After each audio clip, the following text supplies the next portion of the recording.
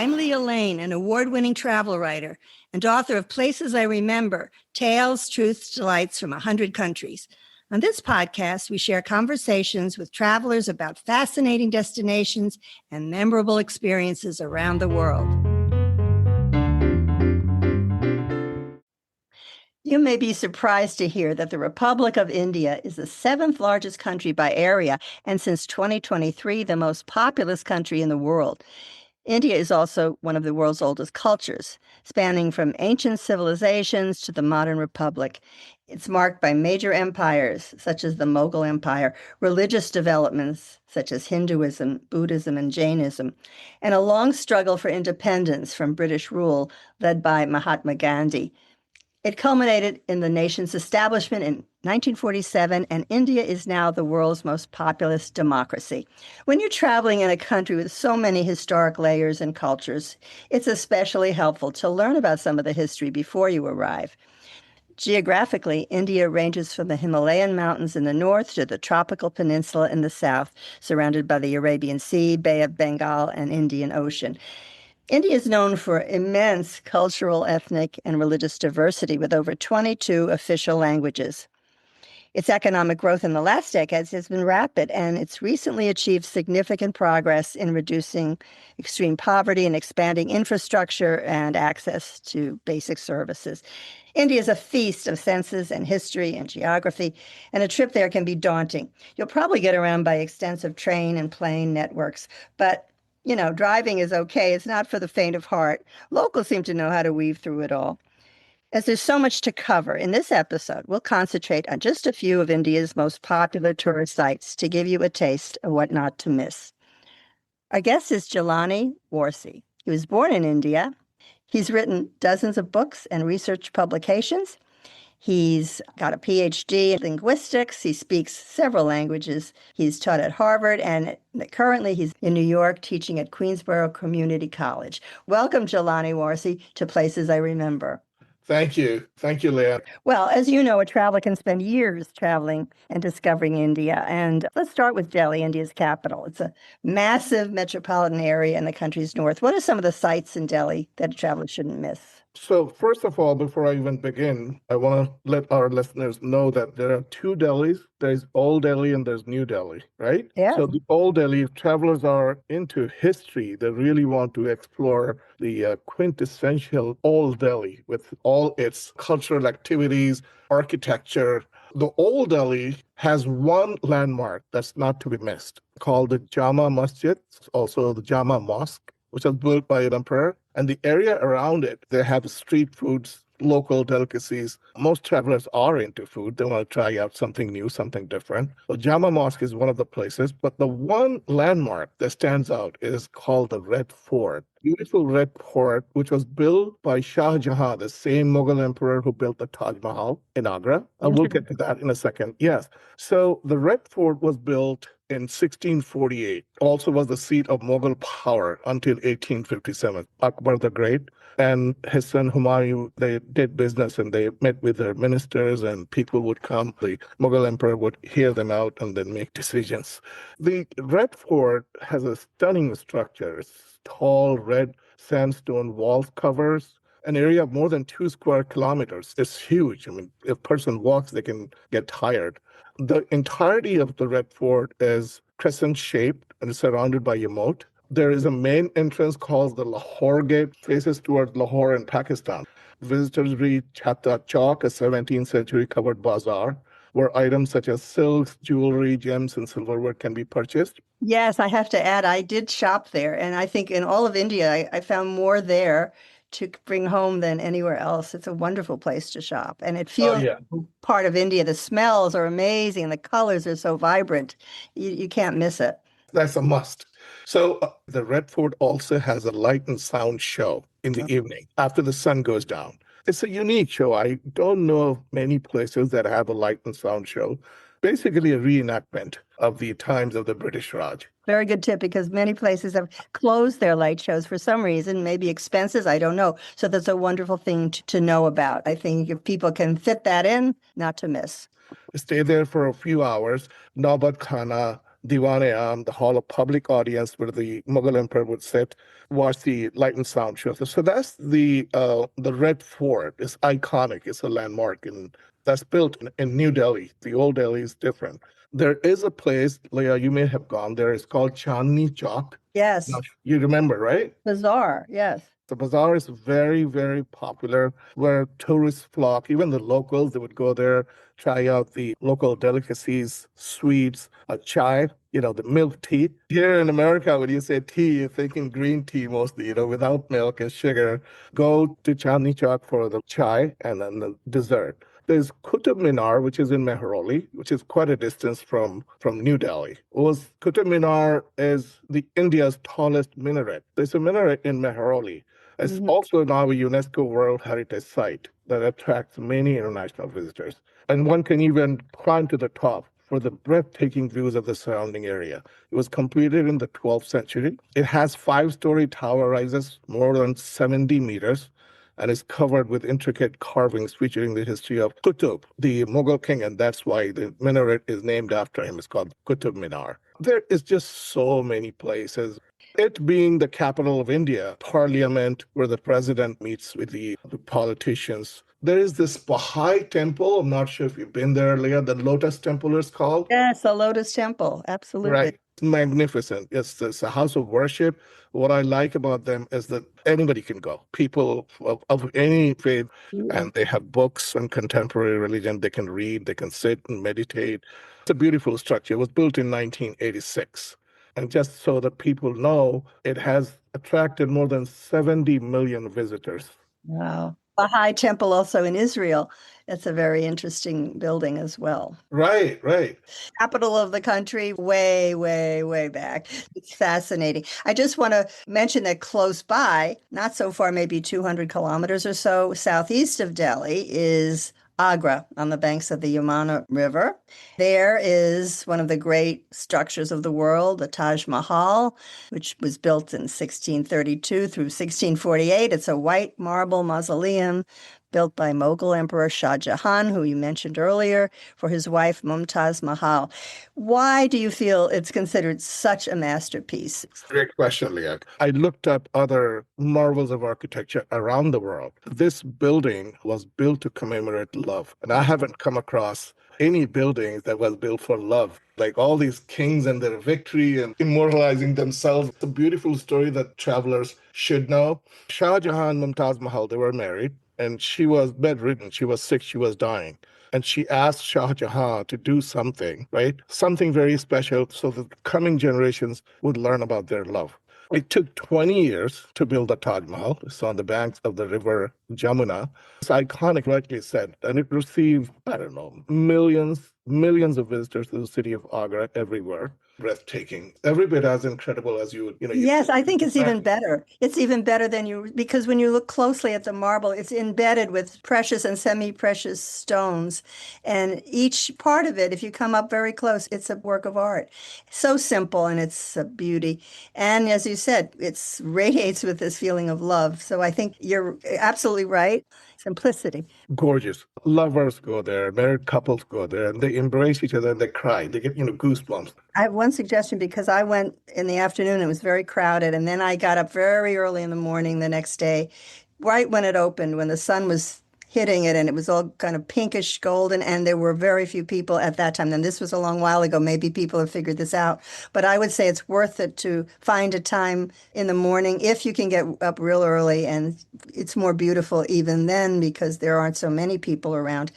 And the other thing, and maybe you can address this, there's a fake Taj Mahal in that area that some people go to and they don't realize it's not the real one.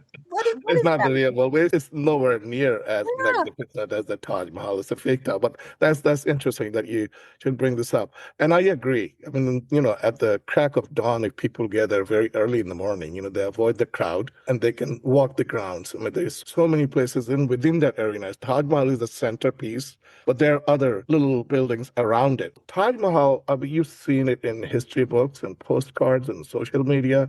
Well, there are two more places in that area that I visited, and we should briefly mention. One is the Agra Fort, built by Emperor Akbar, and it's also on the river, and it's also a UNESCO World Heritage Site, and it was the main residence of the emperors until 1638. And like the Red Fort, it is a red sandstone and very, very beautiful.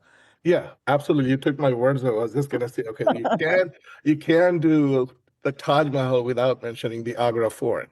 After the fall of Shah Jahan, his own son rebelled against him and kept him under house arrest. And Shah Jahan asked him to put him in the Agra fort because there's a beautiful view of the Taj Mahal from there. That's Mm. how much he loved his wife. The son honored his request and he put him in a room. So you could go there if you go on a guided tour, you can find it by yourself. There is a room which has a window looking out at the Taj Mahal from there. Shah Jahan would position his bed there. He would sleep. First thing in the morning, he would look at the Taj Mahal. Wow. It was Lovely to go in that room and think of him doing that. right. But it's actually even more interesting. So when he was in bed, when he went to bed and he slept, he put a broken piece of mirror that was stuck in the wall. When he was lying in his bed, he was about to fall asleep, he would see an image of the Taj Mahal in the mirror. Wow. The tour guide bring like a little piece of mirror, they put it at the wall, and then you could see centuries old red sandstone fortress that was once the imperial city for a succession of Mughal rulers. This is most extraordinary building. Jahangir Mahal, I'm not sure if you had a chance to go there.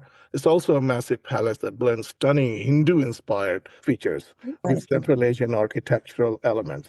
Yeah, This third UNESCO heritage site in the area, it's a small city, Fatehpur Sikri, just west yeah. of Agra. Again, founded by a 16th century Mughal empire. What's so special about that little city, Fatehpur Sikri? Yeah, Fatehpur Sikri, as you said, is not too far away from the Agra Fort or the Taj Mahal. It's the structure of Fatehpur Sikri, which is famous. There is a pond inside the Fatehpur Sikri structure.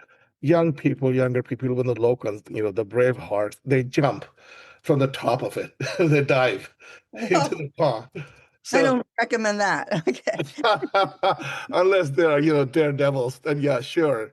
But it's a small city, as you said, in northern India, and it's a red sandstone building, just like the Agra Fort. Fatehpur Sikri is the Buland Darwaza. It's in Urdu. Buland means high. Mhm. Darwaza means door. That's the big gate, right? The entrance. That's the big gate, Yes. really, really tall. Is the entrance to Jama Masjid Mosque. So most tourists, when they go there, they enter and they walk up to the Jama Masjid Mosque, just the same Jama Masjid in Old Delhi. Jama means collective, and Masjid means a mosque. So people go there collectively, like not individually, though one can go there, but in groups of people, they go and then they pray. Near Fatehpur Sikri is the marble tomb of Salim Chishti. It's called Diwan-e-Khas Hall. It has a carved central pillar. Jodha Bai's palace is a mix of Hindu and Mughal style. Jodha, by the way, is very interesting.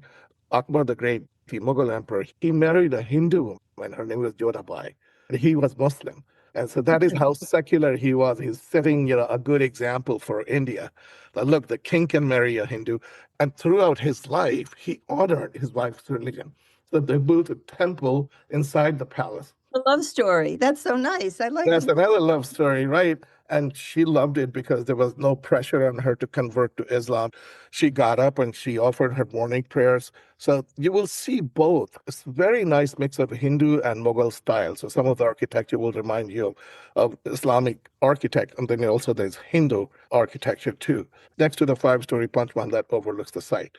In the good old times, it would take like 6 hours to get to Agra from Delhi. But now they have built a highway and it takes just an hour. That's interesting. I talked about driving earlier. Trains have been the mode of transportation for many, many years because the highways maybe haven't in the past been up to speed, so to speak.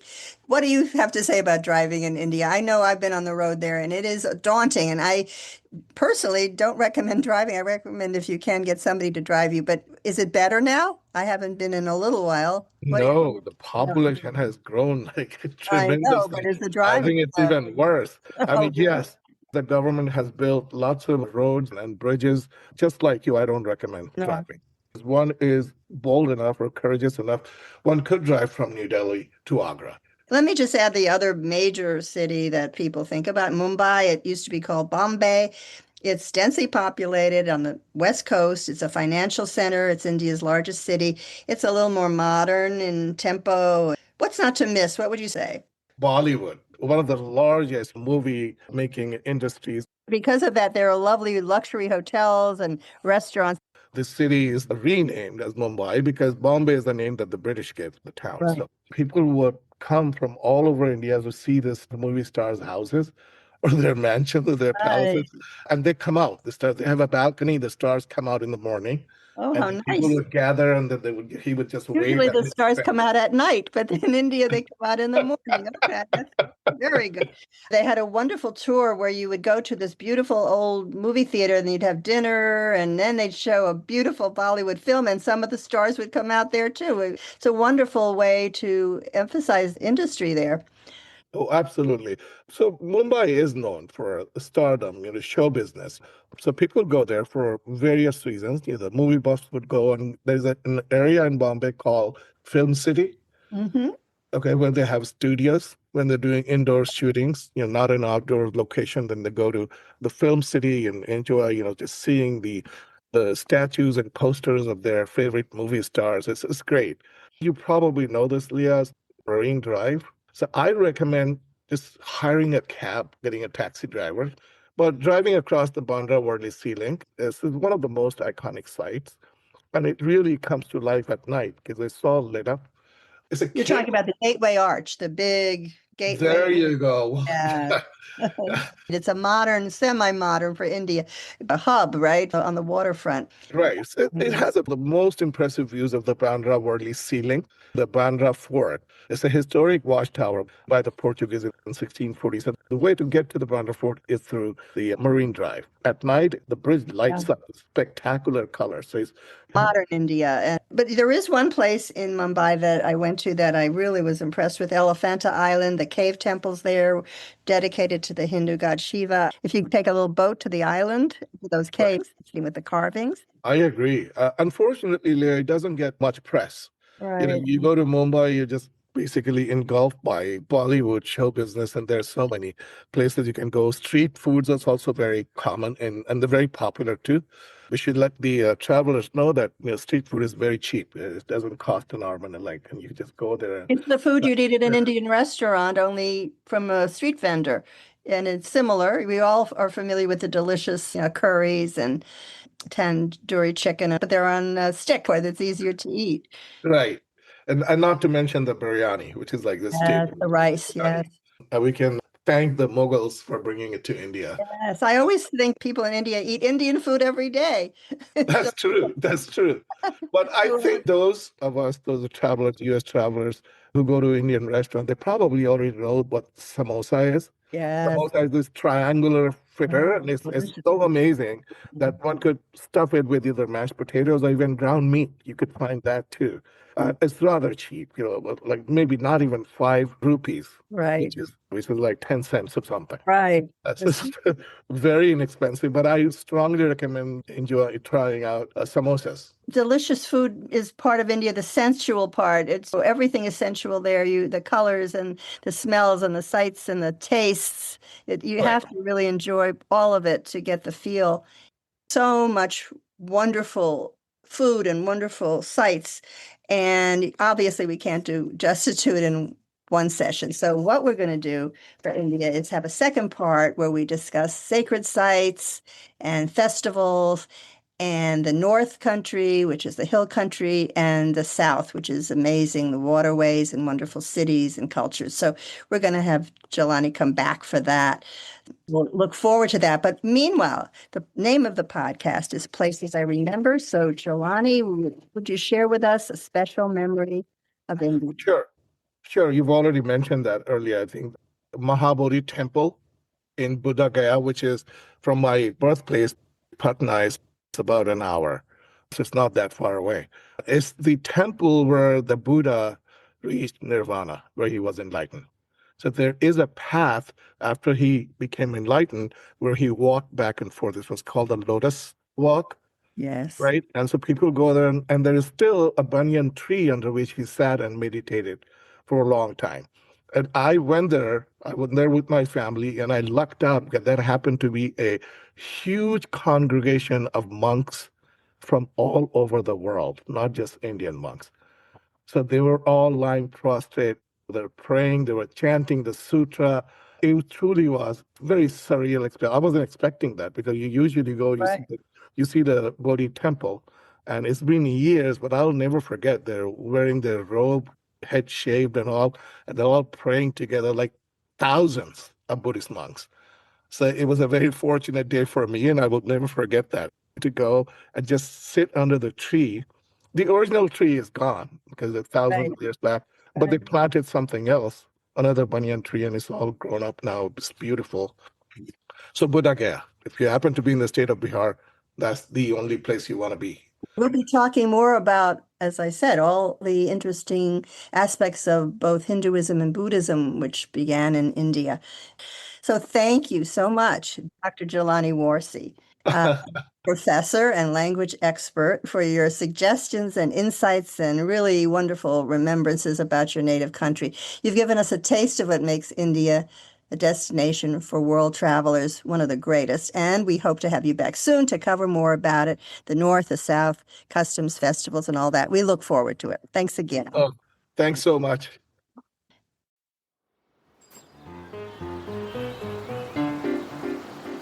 Thanks for listening to our award-winning podcast. We've recorded over 100 episodes of Places I Remember, so follow us on any podcast app. And new monthly episodes are also on YouTube with gorgeous video. My book, Places I Remember, is available in print and Kindle, and I read the audio version. Follow my travel writing at Forbes.com. Contact me at the links in the show notes or on my website, placesirememberlealane.com, and keep making your own travel memories.